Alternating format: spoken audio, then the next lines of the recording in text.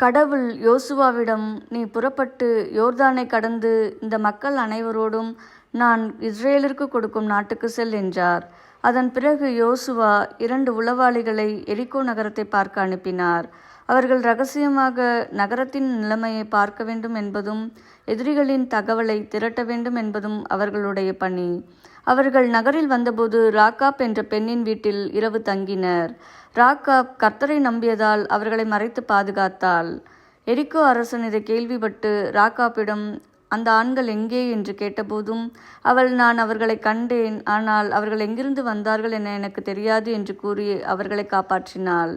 ராக்காப் உளவாளிகளிடம், கர்த்தர் உங்களுக்கு தரும் நாட்டில் நீங்கள் வெற்றி பெறுவீர்கள், என் குடும்பத்தையும் காப்பாற்றுங்கள் என்று கேட்டாள். அவர்கள் வாக்குறுதி அளித்தனர். அவள் சுவரில் சிவப்பு கயிற்றை கட்டி பாதுகாப்பாக உளவாளிகளை வெளியே அனுப்பினாள்.